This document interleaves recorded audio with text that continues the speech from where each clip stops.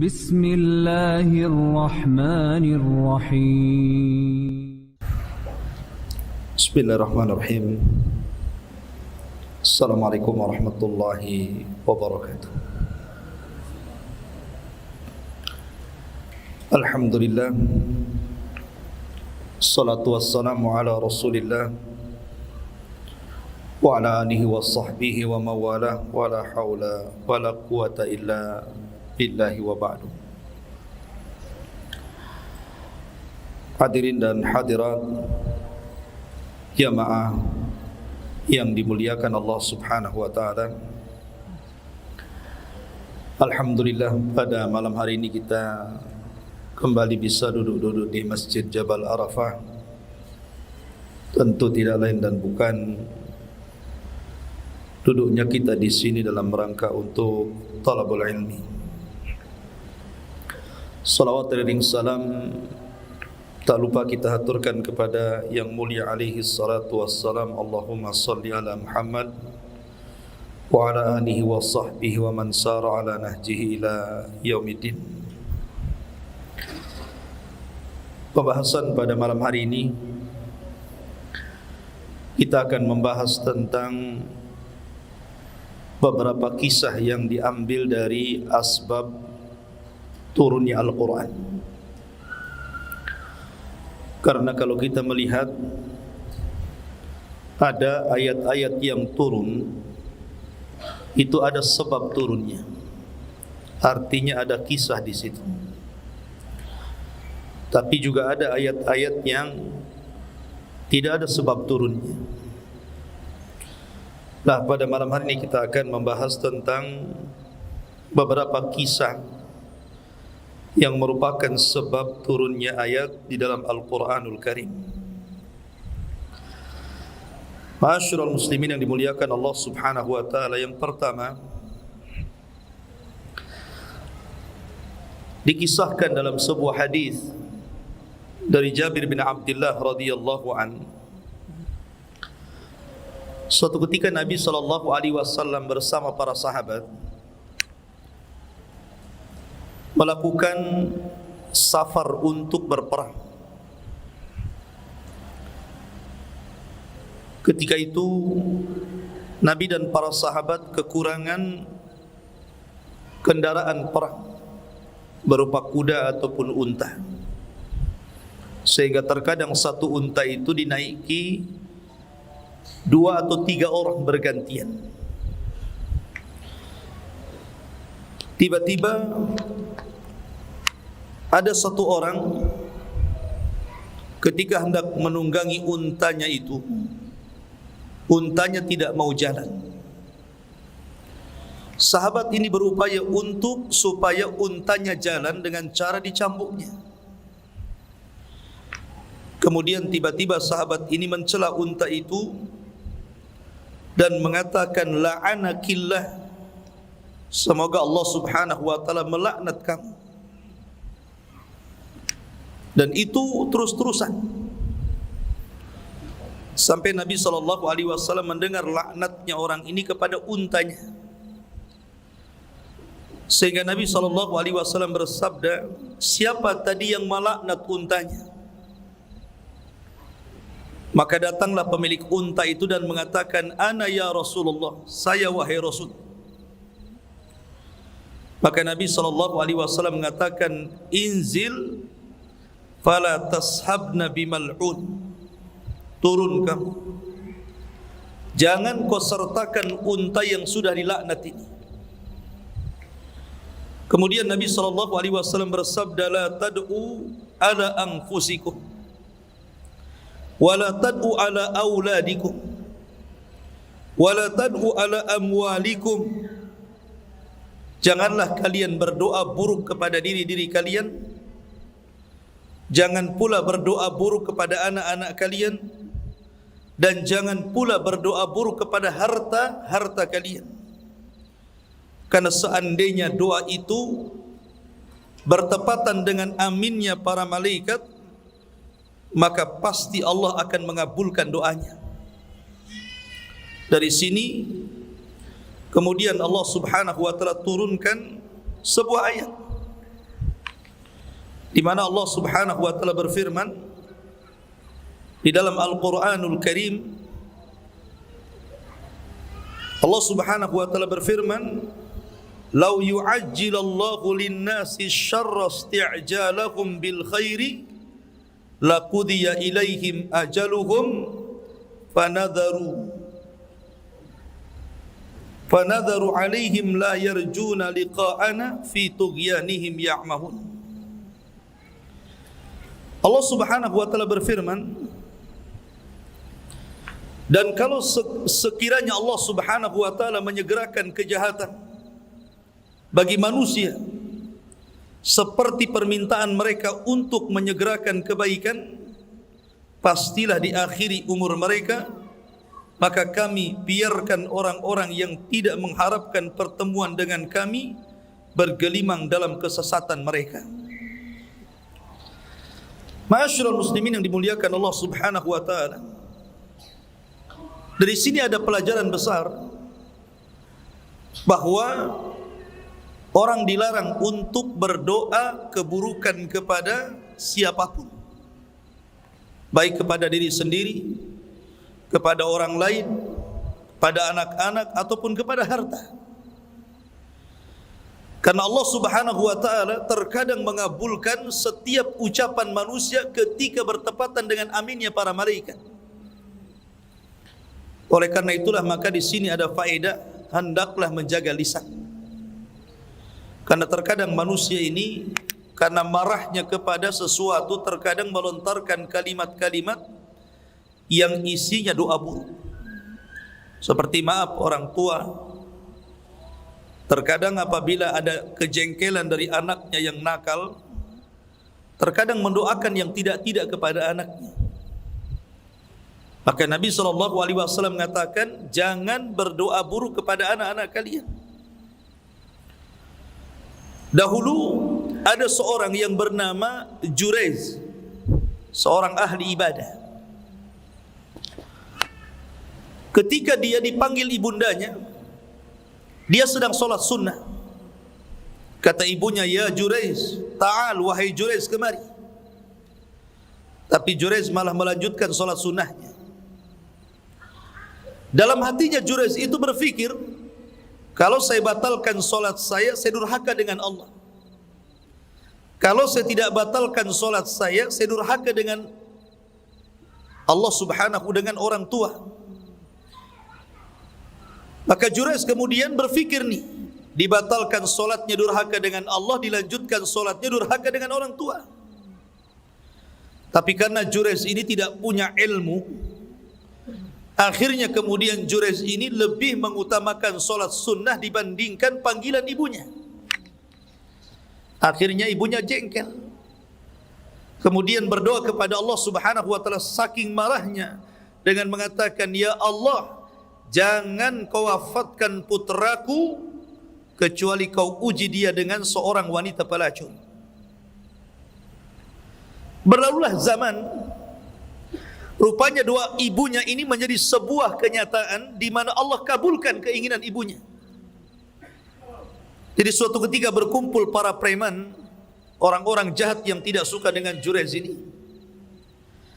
Kemudian mereka membuat makar untuk mengganggu Jurayz dan juga untuk supaya orang-orang tidak percaya lagi dengan Jurayz. Maka orang-orang jahat ini bersepakat untuk menyewa seorang pelacur. Setelah adanya kesepakatan dengan wanita itu, datanglah wanita itu menggoda Jurayz. Tapi Jurayz tidak bergeming dengan godaan itu sama sekali. Sampai akhirnya wanita ini berzinah dengan seorang penggembala kambing yang rumahnya dekat dengan tempat ibadahnya Jurayz. Sampai akhirnya hamil dan melahirkan. Ketika sudah punya anak, dia pun mengatakan bahwa bayi ini hasil dari zinah dia dengan Jurayz. Marahlah orang-orang, akhirnya menghancurkan ibadahnya, tempat ibadahnya Jurayz dan memukuli Jurayz. Tapi Jurayz kemudian meminta waktu untuk berwudu dan solat 2 rakaat. Setelah solat, Maka dia mengatakan, datangkan kepadaku bayi itu. Didatangkan bayinya. Kemudian setelah didatangkan, Jurayj pun kemudian menusuk perutnya dan mengatakan, man abuk, siapa bapakmu? Maka orang ini mengatakan, bayi ini mengatakan, abi ra'il ghanam, bapakku adalah penggembala kambing. Maka orang-orang kaget, ada bayi bisa bicara. Kemudian membela Jurayj. Dari situ mereka sadar, kemudian meminta maaf kepada Jurayj, akhirnya kembali membangunkan tempat ibadahnya. Dari kisah ini ma'asyiral muslimin, bahwa hati-hati kalau bicara. Makanya kalau seseorang marah kepada seseorang, lebih baik diam dibandingkan bicara. Karena terkadang pembicaraan itu merupakan doa yang bisa diaminkan para malaikat. Ini kisah yang pertama dari asbab nuzul surah Yunus. Kemudian kisah yang kedua, ma'asyiral muslimin yang dimuliakan Allah Subhanahu wa taala. Ketika orang-orang Quraisy itu mereka semakin menentang kepada dakwah Nabi sallallahu alaihi wasallam, maka Nabi sallallahu alaihi wasallam jengkel kepada mereka. Kemudian Nabi sallallahu alaihi wasallam mendoakan agar Allah Subhanahu wa taala tidak menurunkan hujannya, supaya mereka sadar bahwa mereka itu berada dalam kesesatan. Setelah Nabi sallallahu alaihi wasallam berdoa agar Allah menahan hujannya, Allah kabulkan permintaan Nabi sallallahu alaihi wasallam. Akhirnya orang-orang pun merasakan bagaimana Allah tidak turunkan hujan dengan kekeringan yang luar biasa. Tetapi ketika Allah berikan ujian seperti itu, tetap saja mereka tidak beriman kepada Allah dan Rasulnya. Sampai pada waktunya akhirnya Allah Subhanahu wa taala betul-betul menurunkan hujan. Bukannya mereka bersyukur karena turunnya hujan, malah mereka kemudian menyandarkan hujan ini kepada bintang. Seolah-olah yang menurunkan hujan itu bukan Allah tetapi bintang. Dari sinilah ikhwatu fiddin muliakan Allah Subhanahu wa taala, ada sebuah hadis di mana Nabi sallallahu alaihi wasallam bersabda, asbaha min ibadi mu'minun bi wa kafirun,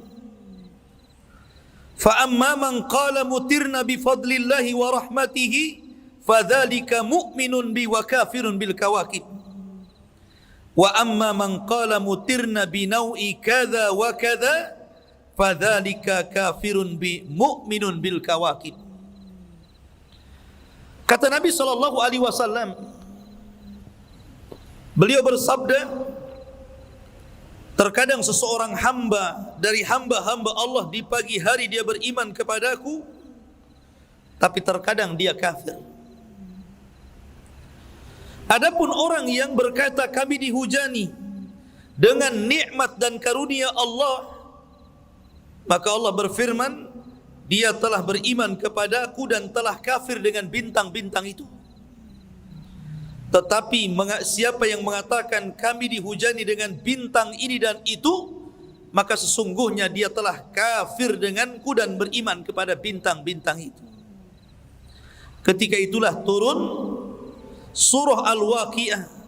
Allah Subhanahu wa taala berfirman, fala uqsimu bima waqi'in nujum, wa innahu laqasamun law ta'lamuna azim, innahu laqur'anun karim fi kitabim maknun la yamassuhu illal mutahharun tanzilun min rabbil alamin afa bihadzal hadithi antum mudhinun wa taj'aluna rizqakum annakum tukadzibun. Turun ayat ini.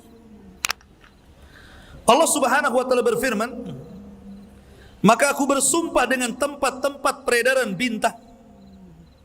Sesungguhnya sumpah itu adalah sumpah yang sangat besar kalau kamu mengetahuinya. Sesungguhnya Al-Quran ini adalah bacaan yang sangat mulia. pada kitab yang terpelihara di Lauhil Mahfuz, tidak menyentuhnya kecuali hamba-hamba yang disucikan, diturunkan dari Tuhan semesta alam, maka apakah kamu menganggap remeh Al-Quran itu, kemudian kalian mengganti rizki Allah subhanahu wa ta'ala yang Allah berikan dengan cara mendustakan karena mereka menyandarkan kepada bintang.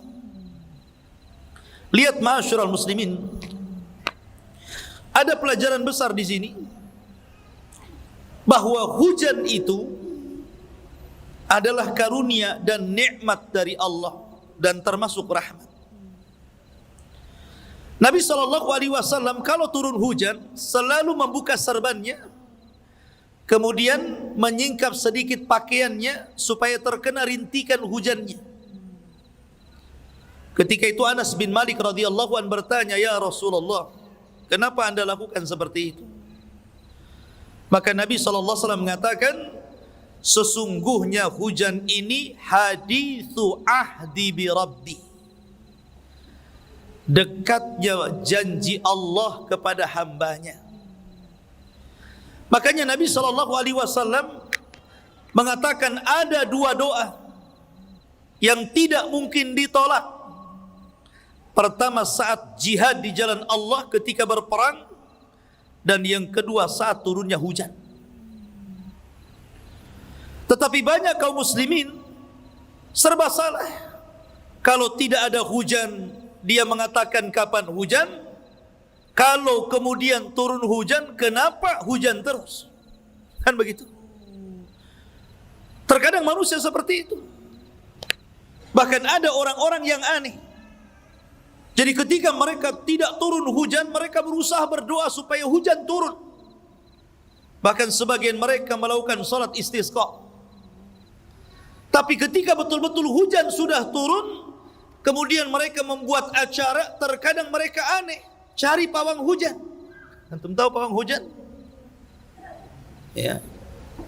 Pawang hujan itu orang yang katanya bisa mencegah turunnya hujan. Dengan cara naruh lidi, kemudian ditaruh bawang sama cabai merah. Katanya. Ya. Masa malaikat disuruh dengan lidi sama cabai? Orang-orang Yahudi dulu bertanya kepada Nabi SAW soal petir.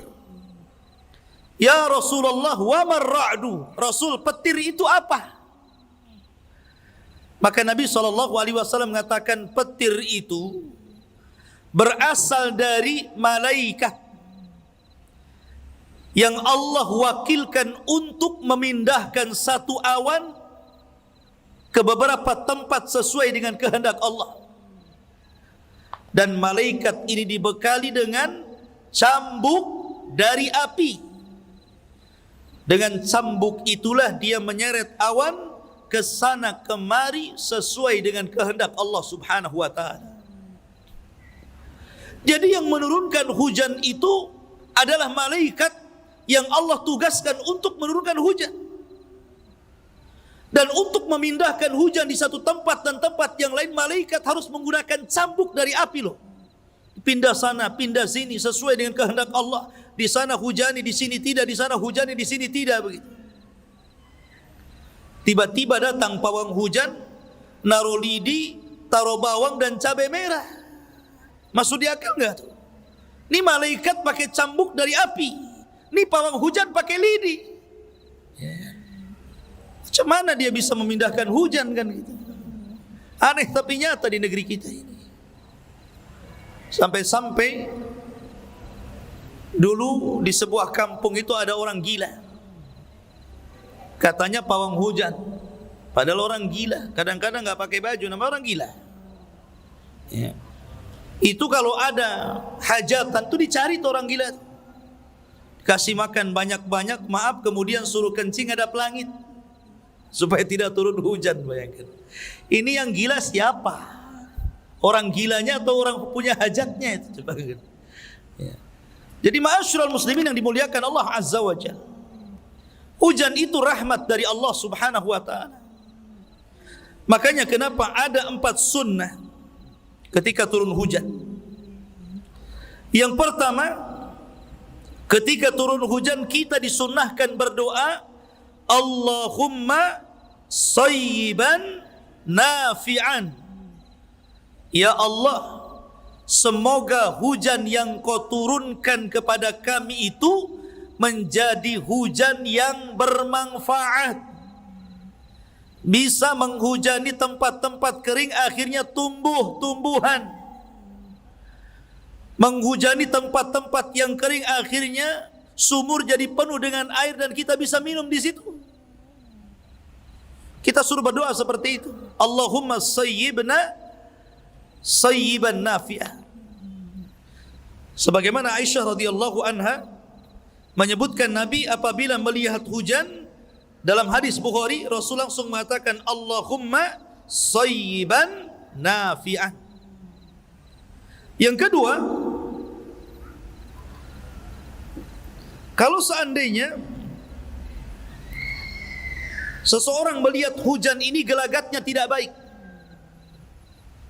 hujan yang sangat deras, kemudian tiba-tiba membawa banjir, mungkin rumah, masuk ke rumah gitu kan, merusak tanaman, kemudian membahayakan, maka Nabi SAW menyuruh kita untuk berdoa lagi.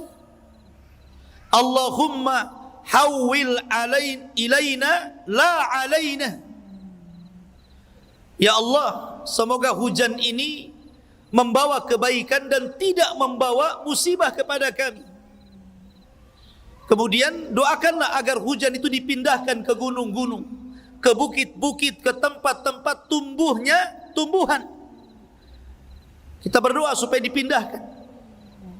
Ya.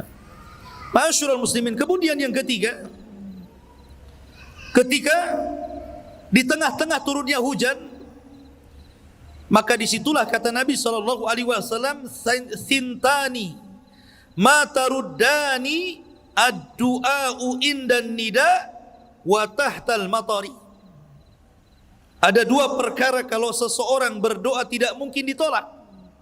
Satu, doa setelah azan.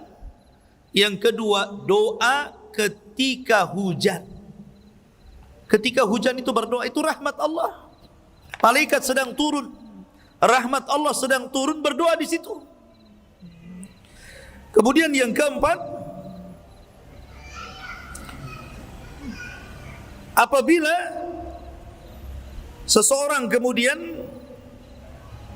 melihat hujan, maka sandarkan hujan ini kepada Allah. Ini yang paling penting. Jangan disandarkan kepada bintang tertentu. Karena seseorang latah melihat ke langit, kalau ada bintang enggak ada hujan. Kalau ada bintang enggak ada hujan. Kalau enggak ada bintang pasti hujan. Memastikan dengan ada dan tidaknya bintang kan. Maka ini jangan sandarkan hujan kepada bintang, karena hujan itu datang dari Allah Subhanahu wa taala. Ini yang kedua. Kemudian yang ketiga, ada satu kisah di zaman Nabi SAW tentang kisah seorang sahabat namanya Abu Ubaidah Ibnul Jarrah. Abu Ubaidah Ibnul Jarrah. Ketika perang Uhud, Abu Ubaidah Ibnul Jarrah ini adalah seorang pahlawan Islam yang ditakuti lawan-lawan. Tidak ada yang berani mendekati Abu Ubaidah Ibnul Jarrah saat perang, karena terkenal keberaniannya. Tetapi dalam perang Uhud ini tiba-tiba ada orang tua, sangat tua, dan dia di pihak Abu Jahal, di pihak orang-orang Quraisy. Afwan, Abu Jahal sudah meninggal di perang Badar. Pokoknya orang tua ini di pihak orang-orang kafir Quraisy yang dipimpin oleh Abu Sufyan ketika itu. Lah orang tua ini terus mengejar Abu Ubaidah Ibnul Jarrah. Tapi Abu Ubaidah Ibnul Jarrah selalu menghindar. Jadi kalau seandainya ketemu dia lagi, dihindari lagi. Bertemu lagi, menghindar lagi. Berkali-kali dia hindari orang tua yang sudah renta itu. Sampai pada waktunya tidak bisa menghindar lagi. Akhirnya kemudian terpaksalah dia pun melawan orang tua yang sudah tua itu dan berhasil membunuhnya.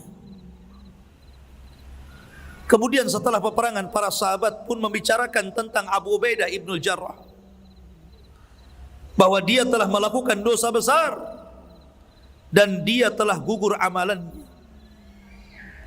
Kenapa para sahabat bicara seperti itu kepada Abu Ubaidah? Karena yang dibunuh dalam perang Uhud itu bapaknya sendiri. Orang tua itu bapaknya. Bapaknya di pihak orang kafir Quraisy, sementara Abu Ubaidah ibnul Jarrah di pihak Nabi. Maka sahabat mengatakan dia telah melakukan dosa besar dan telah gugur amalan. Maka menangislah dan bersedihlah Abu Ubaidah ibnul Jarrah ini. Dia datang kepada Nabi SAW. Kemudian dia mengatakan, "Ya Rasulullah, sesungguhnya aku tidak membunuh bapakku. Sesungguhnya aku membunuh kekafiran yang ada pada badan bapakku," katanya. Kemudian Nabi SAW terdiam. Kemudian kisah yang sangat mirip juga, tetapi tidak sampai seperti kasus Abu Ubaidah, adalah kisah Sa'ad bin Abi Waqqas. Sa'ad bin Abi Waqqas, satu di antara 10 sahabat yang dijanjikan masuk surga sama dengan Abu Ubaidah ibnul Jarrah. Satu di antara 10 sahabat yang dijanjikan masuk surga juga. Jadi ketika dia masuk Islam, ibundanya tidak mau masuk Islam. Sementara ibunya ini sangat cinta dengan Sa'ad bin Abi Waqqas. Sangat cinta sekali. Tidak bisa berpisah dengan anaknya walaupun sekejap. Tiba-tiba Sa'ad masuk Islam. Dan orang-orang pun membicarakan tentang Sa'ad. Maklum namanya perempuan sudah tua. Kalau dibicarakan orang ramai, tentu dia sakit hati. Sehingga dia memaksa Sa'ad untuk kembali kepada agama moyangnya, menyembah berhala lagi. Tapi Sa'ad tidak mau. Akhirnya ibundanya bersiasat untuk tidak makan sampai mati. Dan itu menjadi sebuah kenyataan. Betul-betul ibunya demo mogok makan, tidak mau makan 1 hari, 2 hari, 3 hari. Akhirnya pingsan dan hampir sakaratul maut. Tetapi Sa'ad bin Abi Waqqas, walaupun dia tahu sayangnya orang tua kepada dia, cintanya ibunya kepada dia, tetap saja dia lebih mencintai Nabi SAW. Dia istiqamah. Sampai akhirnya dia bisikkan di telinga ibunya, "Ya Ummah, wahai ibuku, sesungguhnya saya tidak mungkin meninggalkan agama Muhammad. Kalau engkau paksa diriku untuk meninggalkan agama Muhammad, aku tidak akan meninggalkannya. Dan kalau engkau terus seperti itu, tidak mau makan sampai mati, silahkan. Mau makan silahkan, tidak juga silahkan." Akhirnya digituin. Melihat anaknya yang kuat, istiqamah, tidak mau meninggalkan agama Rasul, kayaknya sudah tidak ada lagi cara untuk mengembalikan anaknya sebagai orang yang menyembah Lata, Uzza, Manat dan Hubal. Dari situlah akhirnya terpaksa ibunya makan lagi. Karena 3 hari tak makan, lapar lah kan itu. Makan lagi akhirnya. Dari sini turun ayat surah Luqman. "Wa in jahadaka 'ala an tusyrika bi ma laysa laka bihi 'ilmun fala tuti'huma wa sahibhuma fid dunya ma'rufa." Wa in jahadaka, kalau seandainya orang tuamu memaksa kamu untuk menyekutukan aku, kata Allah, jangan taati keduanya. Walaupun demikian tetap seorang anak itu berbuat baik kepada kedua orang tuanya tanpa melihat agama, apakah dia mukmin atau kafir. Dalam Islam birrul walidain tidak terhalang dengan mukmin dan kafir, selama dia tidak memerangi Islam seperti ayahnya Abu Ubaidah ibnul Jarrah. Dari sini ada pelajaran bahwa seseorang tetap harus mendahulukan kecintaan kepada Allah dan Rasulnya dibandingkan kecintaan kepada orang tuanya. Walaupun demikian, tetap berbuat baik kepada orang tua sebuah kewajiban. Ma'asyiral muslimin yang dimuliakan Allah Subhanahu wa taala. Kemudian kisah yang lain. Di zaman Nabi sallallahu alaihi wasallam ada seorang sahabat namanya Auf ibn Malik. Auf ibn Malik Al-Ashja'i radhiyallahu an. Dia diberikan musibah oleh Allah Subhanahu wa taala, anak satu-satunya ditawan oleh orang kafir saat peperangan. Akhirnya dia pun terus memikirkan anaknya sehingga malas bekerja. Kemudian dia pun jatuh miskin. Dan ibunya terus memikirkan putranya sehingga jatuh sakit dan terbaring dan tidak bisa bangun. Musibah di atas musibah dia. Anaknya ketawan, hartanya habis, istrinya sakit, mungkin bahasa kita stroke, terbaring di pembaringan, dan tidak ada lagi yang ia makan. Kemudian dia datang kepada Nabi SAW mengadukan perkaranya. Rasul, kamu sudah tahu anakku ditawan musuh, istriku sakit terbaring dan tidak bisa bangun, dan aku menjadi miskin dan tidak punya kekayaan lagi. Bahkan aku pusing untuk makan esok hari pun aku tidak paham apa yang saya akan makan. Kira-kira apa yang harus saya lakukan? Maka Nabi SAW mengatakan, ittaqillaha wasbir. Bertakwalah kepada Allah Subhanahu wa taala dan bersabarlah. Ya Auf, aksir anta wa zawjuka min qawli la hawla wa la quwwata illa billah. Wahai Auf, katakan olehmu dan sampaikan kepada istrimu, perbanyak ucapan la haula wala quwwata illa billah, bahwa tidak ada daya dan upaya kecuali hanya milik Allah Subhanahu wa taala. Akhirnya kemudian Auf ibn Malik pulang menyampaikan nasihat ini kepada istrinya. Kemudian mengatakan, wahai istriku, musibah ini datang dari Allah Subhanahu wa taala dan kita harus meyakininya. Nabi memberikan 3 solusi. Pertama, kita harus bersabar. Yang pertama, kita harus bertakwa. Yang kedua, kita harus bersabar. Dan yang kedua, kita harus bersabar. Dan yang ketiga, mari kita sama-sama memperbanyak ucapan la haula wala quwwata illa billah. Akhirnya kemudian suami istri terus setiap hari mengamalkan apa yang diarahkan Nabi SAW. Mereka semakin giat ibadahnya, semakin sabar menerima takdir yang Allah takdirkan kepadanya, dan dia terus membaca la haula wala quwwata illa billahi. Sampai pada waktunya, tiba-tiba anaknya, setelah lama waktunya, tiba-tiba anaknya datang, terbebas dari tawanan, bisa melarikan diri. Kemudian pulang membawa kambing-kambing musuh-musuhnya. Kemudian dia mengetuk pintu dan ketika lihat anaknya, maka Auf bin Malik sangat senang. Barulah dia tersadar apa yang disabdakan Nabi SAW tadi. Dari sini ma'asyiral muslimin, turunlah ayat Al-Quran, turun ayat Al-Quran di dalam turun satu surat di dalam Al-Quranul Karim.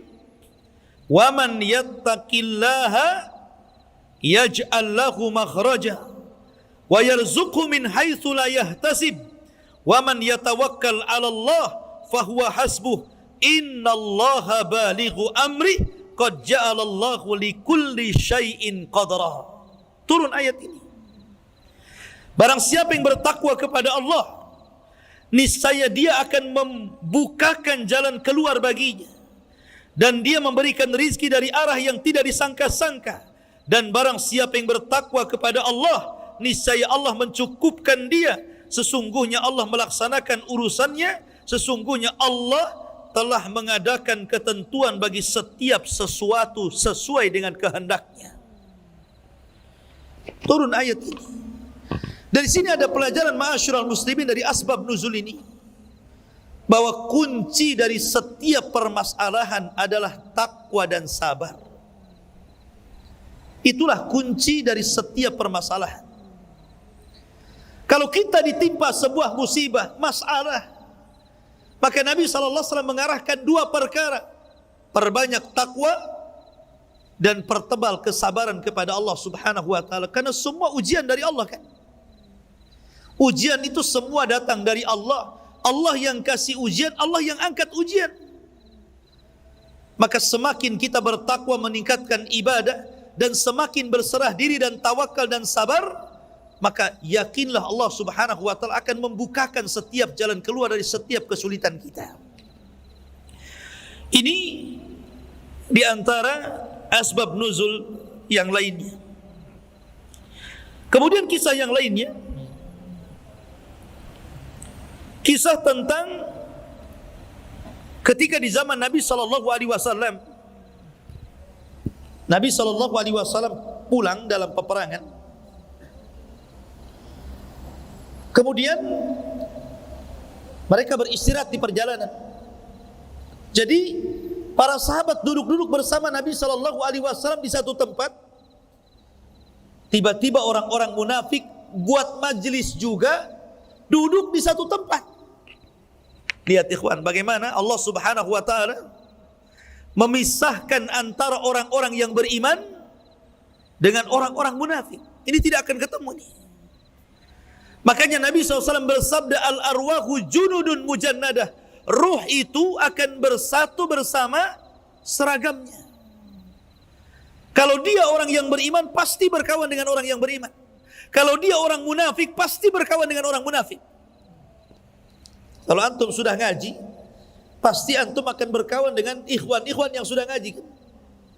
Coba orang yang enggak pernah ngaji duduk di majelis ilmu, kemudian dia suka dengan motor, pasti kawannya geng motor. Memang begitu. Orang jahat berkawan dengan orang jahat, orang baik berkawan dengan orang baik.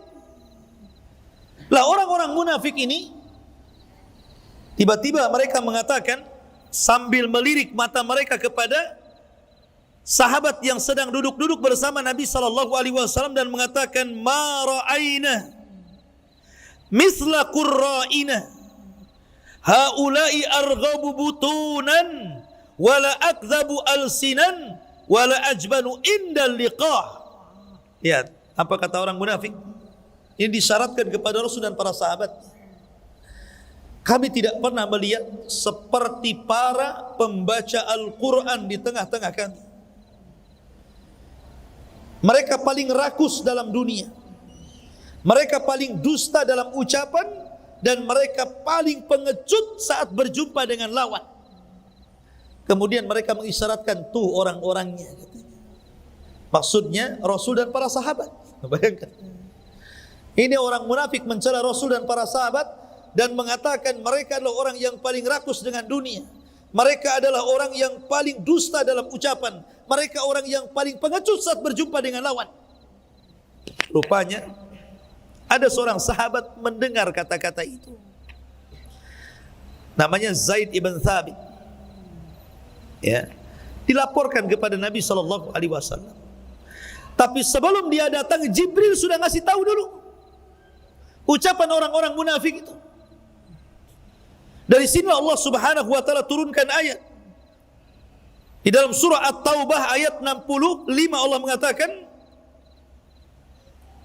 di dalam Al-Qur'anul Karim, wala in sa'altahum la yaqulunna innama kunna nahudu wa nal'ab qul abillahi wa ayatihi wa rasulihi kuntum tastahzi'un la ta'tadiru qad kafartum ba'da imanikum. Apabila kau tanya kepada mereka orang-orang yang mengolok-olok itu, pasti mereka menjawab, kami hanya main-main saja, kami hanya bercanda saja, tidak serius. Tapi Allah katakan ya Muhammad kepada mereka, apakah dengan Allah dengan ayat-ayatnya, dengan Rasulnya kalian membuat sandaan, kalian memperolok-olok, katakan kepada mereka, jangan mencari-cari alasan, kalian telah kafir setelah keimanan kalian. Ketika mendengar ayat ini turun, maka orang-orang munafik ketika itu langsung berlari menuju Rasul. Sementara Rasul berada di atas untanya. Kemudian mereka menarik-narik pelananya mengatakan, ya Rasulullah, kami hanya main-main saja, kami hanya bercanda saja. Tapi Rasul mengatakan, la ta'tadiru qad kafartum ba'da imanikum. Jangan kau cari alasan, kalian telah kafir setelah keimanan kalian. Lihat. Begitulah perilaku orang-orang munafik. Turun surah ini, At-Taubah ayat 65. Di zaman itu ikhwatu fiddin, orang-orang munafik tidak sebagaimana di zaman sekarang. Kalau dulu orang-orang munafik itu tidak berani terang-terangan, mereka bisik-bisik tetangga, karena mereka takut dengan Nabi SAW. Bahkan ketika orang-orang munafik pulang dalam peperangan, mereka mengatakan, la nukhrijannal a'azzu minhal adzal. Kalau kami pulang ke Madinah, maka orang-orang mulia akan mengusir orang-orang hina. Ini ucapan Abdullah bin Ubay bin Salul, tokoh munafik. Maksudnya orang mulia, mereka orang munafik dan orang hina Rasul dan para sahabat. Sampai kabar ini kepada telinga Rasul. Umar bangkit dan mengatakan, ya Rasulullah, da'ni adrib unuqa Rasul. Serahkan kepada saya, ku penggal leher si Abdullah bin Ubay bin Salul itu. Kurang ajar dia. Maka Nabi SAW, banyak para sahabat datang kepadanya, menawarkan untuk memenggal kepalanya. Sampai tersebar bahwa Rasul seolah-olah memerintahkan sahabatnya untuk membunuh tokoh munafik itu. Datang anaknya Abdullah bin Abdullah bin Ubay bin Salul. Anaknya ini orang baik. Dia masuk Islam dan dia sangat baik keislamannya dan memperjuangkan dakwah Nabi SAW. Tapi bapaknya tokoh munafik. Rupanya buah mangga itu tidak semestinya jatuh dekat dengan pohonnya. Terkadang jauh juga. Itulah maksudnya. Tidak mesti bapaknya munafik, anaknya munafik. Walaupun kebanyakan seperti itu. Ya, tidak jauh dari pohonnya, tapi ini jauh ini. Ya. Lah akhirnya dia datang kepada Rasul dan mengatakan, ya Rasulullah, jangan kau perintahkan siapapun membunuh bapakku. Kalau kau perintahkan orang itu membunuh bapakku, maka selamanya aku tidak akan redha, boleh jadi aku bunuh dia. Kalau kau ingin membunuh bapakku, serahkan kepada aku, biar aku yang akan membunuhnya dia. Serahkan kepada aku yang akan bunuh anaknya. Tapi Nabi mengatakan, irfiq, tidak, berbuat lembutlah kau kepada bapakmu, hai Abdullah. Mana mungkin saya akan membunuh bapakmu? Nanti apa kata dunia, apa kata manusia? Anna Muhammadan yaqtulu ashabah. Nanti orang mengira Muhammad sudah membunuh sahabatnya. Karena di zaman itu samar-samar antara munafik dan sahabat tidak bisa dibedakan. Mana munafik, mana sahabat. Sehingga kalau Rasul sampai memerintahkan membunuh orang munafik, orang sangka membunuh sahabat. Dan akan jadi fitnah nantinya. Masa Rasul membunuh sahabatnya sendiri? Lihat bagaimana samarnya orang munafik di zaman itu. Tapi munafik di zaman sekarang, Masya Allah, berani terang-terangan ngomong loh depan handphone, kemudian diupload lewat YouTube lagi. Coba bayangkan, ditonton satu dunia. Menghina Allah, menghina Rasul, menghina Al-Quran, terang-terangan. Jadi YouTuber. YouTubernya cari duit dari YouTube dengan cara menghina Allah, menghina Rasul, dan menghina Al-Quran. La haula wa la quwata illa billah. Di zaman sekarang semua serba ada. Mau cari yang baik ceramahnya banyak dalam YouTube. Mau yang cari yang provokator ya banyak juga di YouTube gitu. Termasuk orang yang istihza dengan Allah, ayat-ayat Al-Quran, dan juga Nabi SAW. Dulu di zaman Turki Utsmani, ketika dipimpin oleh Khalifah Abdul Hamid yang kedua, ketika itu Turki mengalami kemunduran yang luar biasa. Ekonominya turun, tentaranya kocar-kacir, sangat lemah. Kemudian dia pun sultan ini, Abdul Hamid ini pun sakit lagi, terbaring. Tetapi ketika dia mendengar ada orang Inggris yang kemudian menghina Rasul dengan cara menggambar ayam jantan, kemudian 11 ayam betina di sampingnya, kemudian ditulis hadza Muhammad, ini Muhammad. Maka dia bangkit, walaupun dia sudah kakek, sudah sakit, dia bangkit dan mengatakan, kalau kalian tidak tangkap nih orang yang istihza dengan Rasul kami akan serukan jihad global melawan kalian. Ketakutan Inggris. Akhirnya kemudian menangkap orang yang menggambar karikatur itu. Rupanya kejadian ini bukan hanya di zaman itu saja. Orang-orang yang menghina Nabi SAW terus sampai belakangan kita kenal kan. Sampai ada orang yang buat film untuk menghina Nabi SAW. Ya. Siapa yang memerankan Rasul SAW? Orang Barat yang tidak tahu siapa Rasul SAW, yang tidak tahu sosok Nabi SAW diperankan pula oleh manusia. Siapa anda dengan Nabi SAW? Terkadang di film lain anda menjadi Abu Jahal, di film ini anda menjadi Rasulullah. Macam mana antum seseorang kemudian memerankan dengan peran-peran yang berbeda-beda? Tidak layak untuk berperan menjadi sosok Nabi SAW. Tapi mereka menciptakan film itu hanya untuk menghina Rasul. Ya. Itulah orang-orang munafik. Di zaman sekarang kita lihat orang-orang liberal. Orang-orang liberal, orang-orang yang berusaha untuk menanamkan keraguan-raguan terhadap kaum muslimin, terhadap Islamnya sendiri. Karena menyamakan Islam itu sama dengan semua agama. Dibuat ragu-ragu orang itu loh. Kemudian dikasih dalil lagi dalam Quran, dikasih dalil lagi dalam sunnah Nabi SAW sebagai pembenarannya. Dan ini ajaran munafik. Ajaran orang-orang munafik berusaha menjauhkan kita dari agama kita. Ma'asyiral muslimin, karena target mereka, walaupun kita tidak murtad, minimalnya jauh dari agama. Itu target mereka. Ini diantara kisah yang selanjutnya. Ma'asyiral muslimin yang dimuliakan Allah Subhanahu wa taala. Kemudian kisah yang lain. Dikisahkan bahwa kita tahu bahwa Nabi SAW itu hidup di Madinah, dan di Madinah itu sudah ada orang-orang Yahudi kan. Ada Yahudi Bani Qunaiqah, ada Yahudi Bani Nadir, ada Yahudi Bani Quraidah. Dan orang Yahudi terkenal suka khianat. Dari dulu orang Yahudi itu. Jadi orang-orang Yahudi ini kalau mereka berkumpul 2-3 orang selalu berbisik-bisik ngomongnya. Dan matanya selalu diarahkan kepada kaum muslimin. Sehingga para sahabat Rasul curiga tuh. Kalau ada orang Yahudi numpuk di situ ngobrol diam-diam enggak dengar, sahabat mulai curiga. Jangan-jangan dia atau mereka sedang merencanakan pembunuhan, sedang merencanakan makar, sedang merencanakan ini dan itu. Maka kalau seandainya sahabat ini berjalan, di situ ada kumpulan orang-orang Yahudi, biasanya mencari jalan lain supaya jangan kelihatan orang-orang Yahudi itu.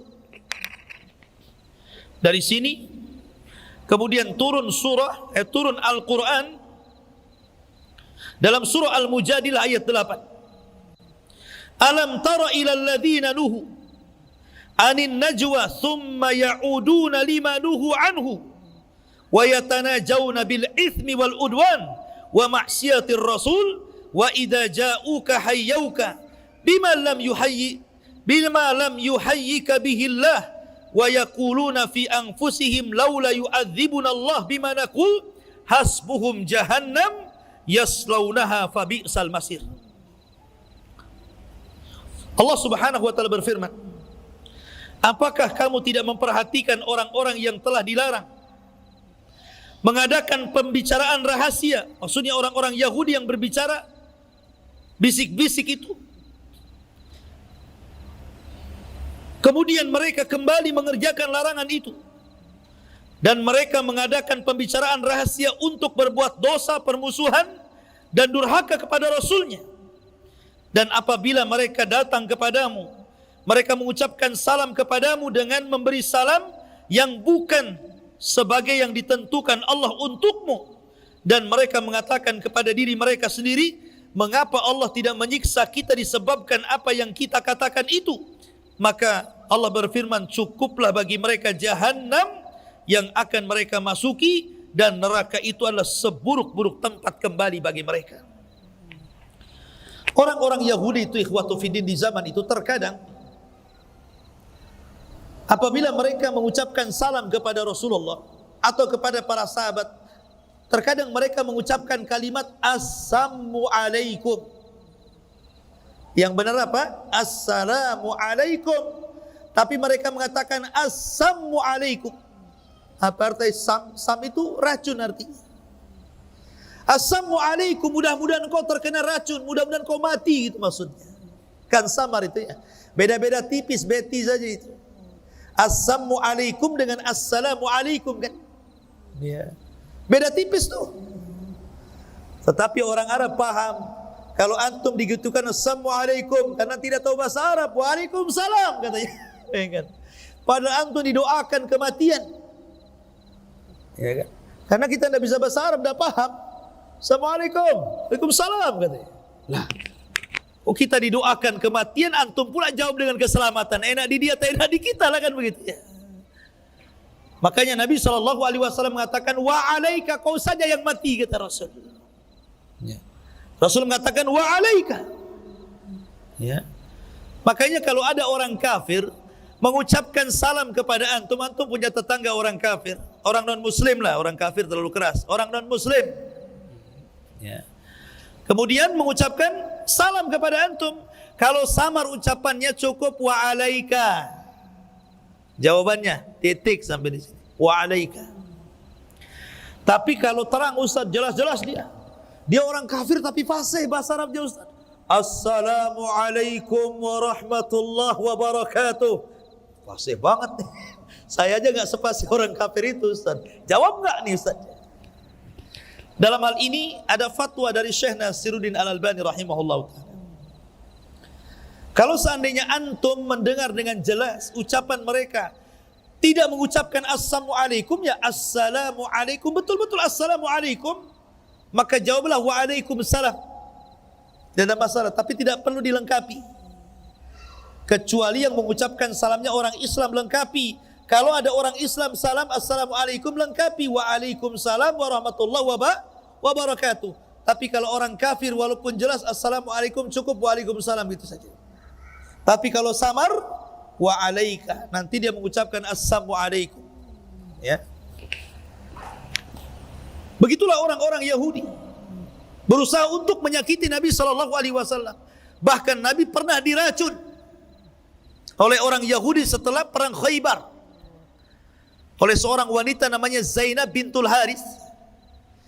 Itu ngasih daging kesukaan Rasul, paha kambing sudah dilumuri racun tuh. Dan Rasul sempat memakannya. Tapi Rasul itu fisiknya kuat, sehingga pengaruh racun itu bertahun-tahun baru terasa ketika menjelang ajalnya. Pada hari Senin tanggal 12 Rabiul Awal tahun 11 Hijriah Rasul wafat. Jadi beberapa hari sebelum ajalnya dia merasakan pengaruh racun itu. Padahal sudah bertahun-tahun tuh. Karena fisiknya sangat kuat. Ya. Bahkan Nabi SAW pernah disihir orang-orang Yahudi namanya Labid bin Asam. Memang orang Yahudi itu membuat makar, betul-betul makar kepada Nabi SAW. Jadi jangan pernah percaya dengan orang-orang Yahudi. Karena dari zaman Rasul berusaha untuk menyakiti Rasul, bahkan melakukan upaya pembunuhan. Begitulah Allah menggambarkan orang-orang Yahudi Bani Israel, yaqtulunal anbiya'a bighairil haq. Mereka suka membunuh para nabi. Dari dulu Nabi Yahya dipenggal lehernya oleh siapa? Yahudi. Nabi Zakaria digergaji. Siapa yang melakukan? Yahudi. Bahkan Nabi Isa juga dikepung. Kemudian Allah angkat ke langit dan mereka mengatakan sudah kubunuh Isa. Mereka dibuat makar oleh Allah. Tidak, wa ma qataluhu yakinan. Mereka tidak membunuh secara yakin karena Allah angkat Isa, tapi mereka mengklaim sudah membunuh Isa. Itulah orang-orang Yahudi. Kemudian asbab yang lainnya. Ma'asyiral muslimin yang dimuliakan Allah Subhanahu wa taala. Di zaman Nabi sallallahu alaihi wasallam ada wanita gila. Ini cerita wanita gila. Mudah-mudahan enggak ada ya wanita gila di sini. Semua waras. Jadi ada wanita gila itu suka memintal-mintal benang. Mungkin bahasa ibu-ibu apa ya? Ngerenda lah gitu. Direnda. Orang gila, wanita gila. Ngerenda. Nanti kalau sudah mau selesai, pintalannya itu kemudian ditarik lagi dari awal. Direnda lagi dari awal. Namanya orang gila, enggak selesai-selesai buat taplak meja nih. Sudah mau jadi, pintalannya ditarik lagi jadi benang panjang lagi. Kemudian dipintal lagi, udah mau selesai ditarik lagi. Itulah orang gila. Orang gila kan begitu ya. Dia kalau membangun sebuah bangunan sudah mau selesai dirobohkan. Jadi kalau orang buat rumah, udah mau jadi, datangkan alat berat, robohkan. Besoknya datangkan tukang lagi, dibangun lagi. Sudah mau jadi, datangkan alat berat, robohkan. Gila enggak tuh? Itulah orang gila. Ya. Jadi Allah Subhanahu wa taala hendak membuat permisalan dengan wanita ini yang tukang pintal benang. Kalau sudah mau jadi ditarik lagi pintalannya.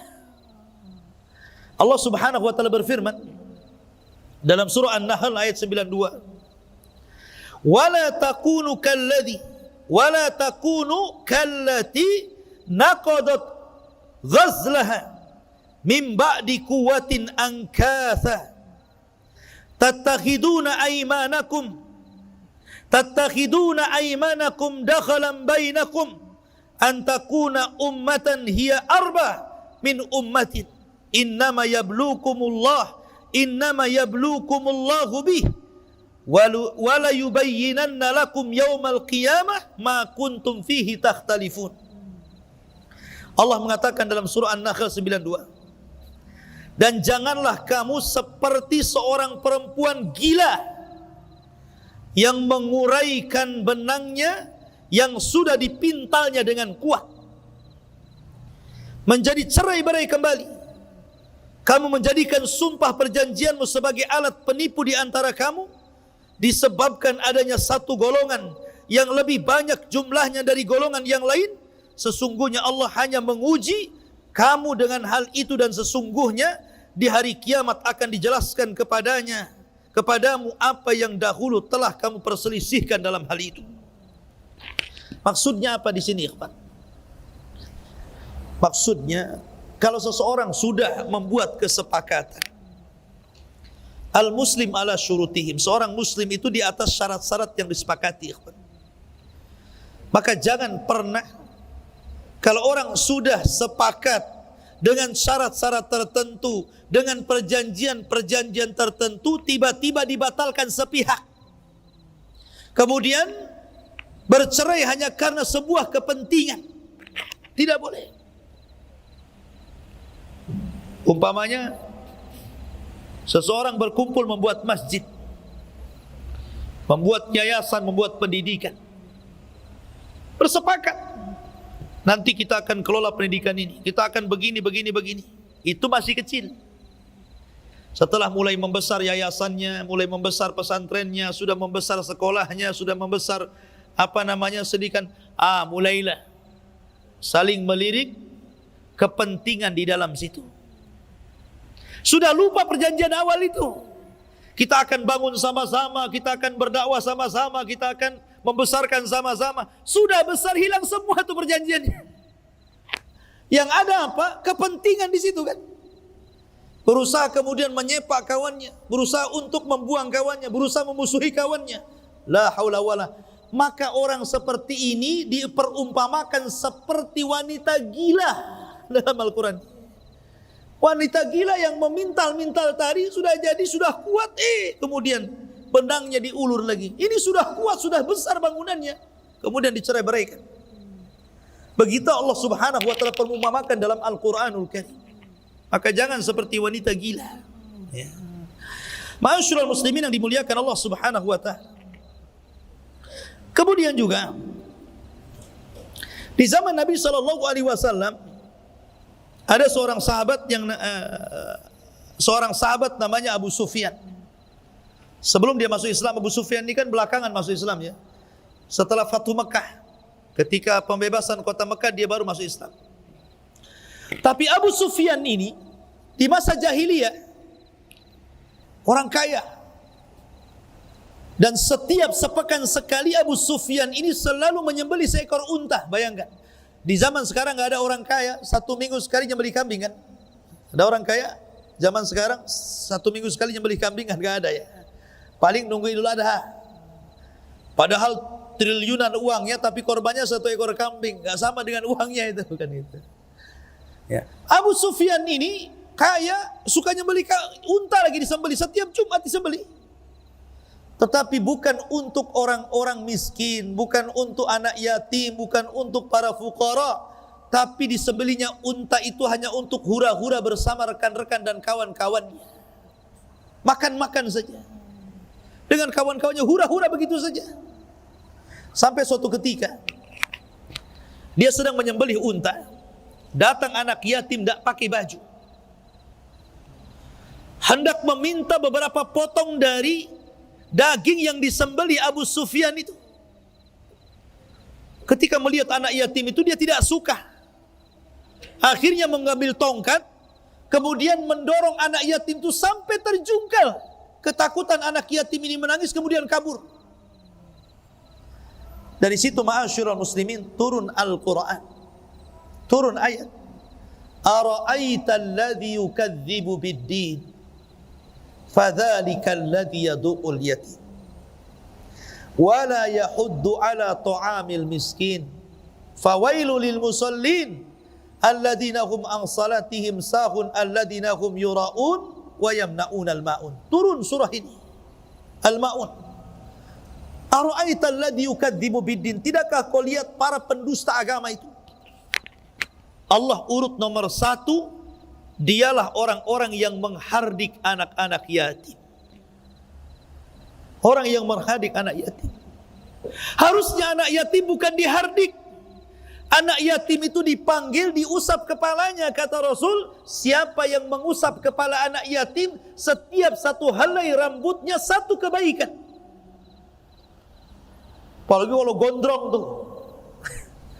Gondrong, kriwel, banyak rambutnya. Nah, diusap. Tapi jangan usap saja, kasih duit juga supaya mau diusap. Kalau sini diusap ya, sekali aja mau, habis itu tidak mau lagi kan gitu.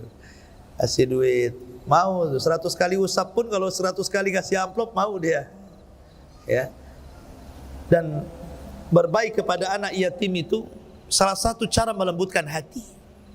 Orang kalau sudah keras hatinya, ikhwan, atau sudah keras, malas ibadah, malas, suka maksiat, mulai mudah dendam, mudah emosi, sudah mengeras hati ini, maka cari anak yatim, makan bersama anak yatim. Ya, itu caranya untuk melembutkan hati. Ma'asyiral muslimin yang dimuliakan Allah Subhanahu wa taala. Kemudian disebutkan dalam kisah di zaman Rasul sallallahu alaihi wasallam dari Abdullah bin Abbas radhiyallahu anhu.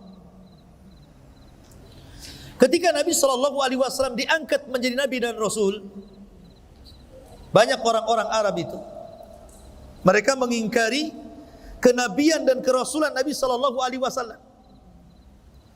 Sehingga mereka mengatakan, kalau memang Allah berkehendak untuk mengutus seorang rasul, kenapa harus dia? Kenapa tidak malaikat saja, katanya. Mereka mengatakan, kalau memang Allah hendak memberikan hidayah kepada kita semuanya, kata orang-orang jahiliyah itu, kenapa harus dia? Kenapa harus si Muhammad? Kenapa tidak utus malaikat saja? Lihat bagaimana orang-orang jahiliyah itu. Maka Allah Subhanahu wa taala turunkan Al-Quran. Allah Subhanahu wa taala berfirman dalam surah An-Nahl, Allah mengatakan, "Wa ma arsalna min qablika illa rijalan nuhi ilaihim fas'alu ahla dzikri in kuntum la ta'lamun. Dan tidaklah kami utus seorang rasul sebelum wahai Muhammad kecuali rijalan, kecuali dari manusia. Kami wahyukan kepadanya, maka bertanyalah kepada orang yang berilmu kalau kalian tidak tahu. Turun ayat ini. Seolah-olah Rasul ingin mengatakan, bukankah Rasul-Rasul sebelum aku juga semua manusia, apa salahnya? Kenapa kalian minta malaikat? Rasul-Rasul sebelum saya kan semua manusia, sejak zaman Adam, Nuh, Ibrahim, Nabi Musa, Nabi Isa. Ini semua ulul azmi, kecuali Adam. Kemudian semua nabi-nabi dan rasul yang jumlahnya 120.000 nabi ataupun rasul yang jumlahnya 315 rasul, semua manusia. Tidak ada satupun malaikat. Bahkan secara logika, kalau seandainya Allah Subhanahu wa taala kemudian mengutus rasul dan nabi itu malaikat, kalian tidak akan sanggup mencontohnya. Bagaimana cara mencontohnya coba? Kita punya nabi, punya rasul, malaikat. Cemana coba cara mencontohnya? Pertama, malaikat nggak bisa dilihat. Macam mana mau contoh barang yang tak dilihat? Pakai teleskop, lihat malaikat. Mana bisa? Yang kedua, malaikat nggak pernah maksiat. Kalau rasul kita malaikat mungkin 24 jam kita di masjid. Kan itu. Malaikat nggak makan, antum nggak makan seminggu mati. Malaikat nggak kawin, nggak punya anak. Macam mana antum nggak kawin nanti? Dan tidak ada keturunan lagi nanti. Kalau antum mati, selesai mati, nggak ada keturunannya.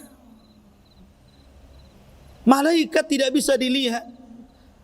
Malaikat tidak kencing, tidak berak. Macam mana kita stres dibuatnya? Karena Rasul itu kenapa dibuat dari manusia? Supaya bisa dicontoh.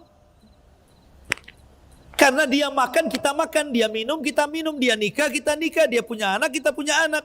Dia bertetangga, kita bertetangga. Jadi kita bisa melihat kehidupannya dan kita bisa contoh. Dari sini ma'asyiral muslimin, aneh ucapan orang-orang jahiliyah ini. Mau minta malaikat pula sebagai rasul yang diutus kepada mereka. Mustahil kita bisa mencontoh malaikat. Bagaimana caranya? Tetapi rahmat Allah, Allah utus seorang nabi dan rasul dari kalangan manusia supaya kita bisa mencontohnya. Kita bisa melihat bagaimana cara jalannya, cara duduknya, cara makannya, dan begitu seterusnya. Ya. Ma'asyiral muslimin, dan yang terakhir, karena sudah malam,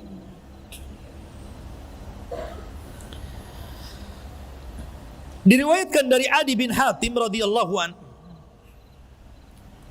Adi bin Hatim ini mendengar bahwa Nabi SAW menganggap para rahib ataupun para pendeta itu Tuhan bagi umatnya. Maka karena dia mantan Nasrani, dia datang kepada Rasulullah. Rasul, saya dulu mantan Nasrani. Saya tidak pernah menjadikan Tuhan padri-padri dan rahib-rahib kami. Kami tidak pernah sujud kok. Kami tidak pernah ruku kepada mereka. Kemudian turunlah ayat surah At-Taubah, ittakhadhu ahbarahum wa ruhbanahum arbabam min dunillah. Mereka mengambil padri-padri mereka dan pendeta mereka dijadikan Tuhan selain Allah. Kemudian Rasul mengatakan, bukankah ketika pendetamu menghalalkan sesuatu kau halalkan walaupun Allah haramkan? Bukankah apabila pendetamu mengharamkan kau juga ikut haramkan pada Allah menghalalkan? Kata Adi bin Hatim, ya memang begitu. Maka Rasul mengatakan, itulah kalian telah menjadikan padri dan pendeta kalian Tuhan selain Allah, karena menghalalkan yang diharamkan kau ikut menghalalkannya, dan dia mengharamkan apa yang Allah halalkan kau ikut mengharamkannya. Berarti kamu menjadikan mereka Tuhan selain Allah. Karena memang perkara halal dan haram itu mutlak milik Allah. Jangan menghalalkan yang Allah haramkan. Makanya Rasul tegur ketika Nabi mengharamkan sesuatu yang halal bagi dirinya. Ketika Nabi SAW, giliran Hafsah dan juga Aisyah mampir di rumah Zainab. Namanya istri, tentu Tidak mungkin ngasih minum. Masa mampir sebentar tidak kasih minum, istri apa kan begitu? Istri begitu harus kasih minum. Suami datang buatkan minum, itulah istri. Zainab buatkan minuman dari madu, diminum sama Nabi. Kemudian ngobrol sebentar, keluar karena malam itu bukan giliran Zainab, tapi giliran Hafsah. Dalam riwayat Aisyah radhiyallahu anha. Ketika pulang, rupanya Aisyah dan Hafsah ada di rumah situ. Di rumah Hafsah, Aisyah ada di situ, Hafsah ada di situ. Kemudian Nabi SAW bicara, tiba-tiba Hafsah mengatakan, "Ya Rasulullah, seolah-olah di mulutmu ada bau sesuatu. Ada bau buah yang sebenarnya enak dimakan, tetapi baunya enggak enak." Mungkin kalau bahasa kita ini jengkol gitu ya. Enak dimakan tapi baunya tak sedap gitu. Tapi yang dimakan Rasul maksudnya bukan jengkol, enggak ada jengkol di zaman Nabi. Ya.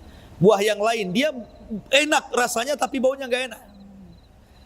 Kata Hafsah, "Wahai Rasul, kau memakan buah itu ya?" Kata Rasul, "Tidak. Saya hanya mampir di Zainab minum madu itu saja." Karena Rasul itu suka yang manis-manis. Rasul suka minum madu, Rasul itu. Kata Aisyah, "Iya, aku juga ikut menciumnya." Lah, bayangkan, kompak pula ini. Kata Aisyah, "Ya Rasul, engkau sudah memakan buah itu ya?" Padahal kedua-duanya ini dusta. Karena cemburu dengan Zainab, akhirnya kemudian dua-duanya dusta kepada Rasul. Dikiranya Allah tidak tahu perkataan Hafsah dan Aisyah ini.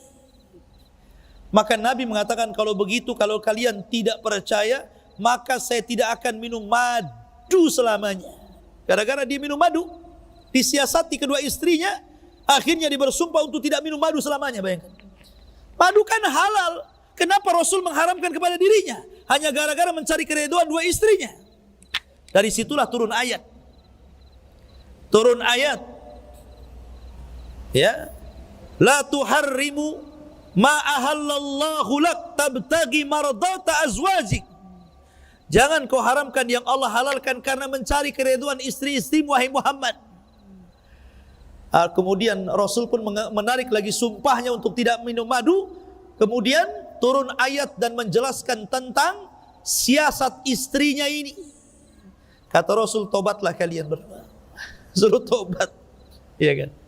Tuh kadang-kadang istri ini kalau cemburu buat siasat, ya, dia selalu buat siasat. Dia lebih cerdas kalau soal tipu menipu.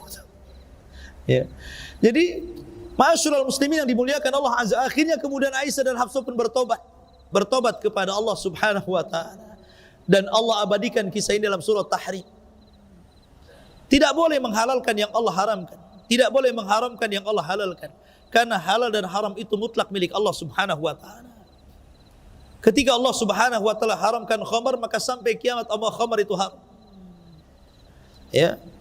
Ma'asyiral muslimin yang dimuliakan Allah Subhanahu wa ta'ala, ini diantara kisah-kisah dan juga asbab nuzul beberapa ayat dalam Al-Quran masih banyak. Ya, kisah-kisah yang lain kalau dikumpulkan banyak sekali, karena hampir sepertiga Al-Quran itu bicara tentang asbab nuzul. Jadi hampir setiap surat itu ada sebab turunnya. Bahkan di dalam surat itu ada ayat-ayat. Ya, dalam ayat-ayat dalam surat itu banyak sekali asbab nuzul, cerita-cerita dari sebab turunnya ayat. InsyaAllah kita lanjutkan dengan kesempatan. Mudah-mudahan ada manfaatnya. Subhanakallah bihamdika, asyhadu an la ilaha illa anta astaghfiruka wa atubu ilaik. Allah Ta'ala. Assalamualaikum warahmatullahi wabarakatuh.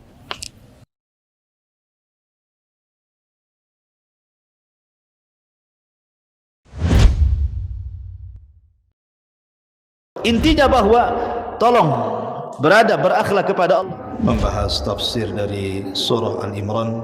Lahirlah Imam Muslim, Abi Dawud, Tirmidzi, Ibnu Hibban. Jadi ketika Yunus alaihi salatu wassalam terkena undian itu,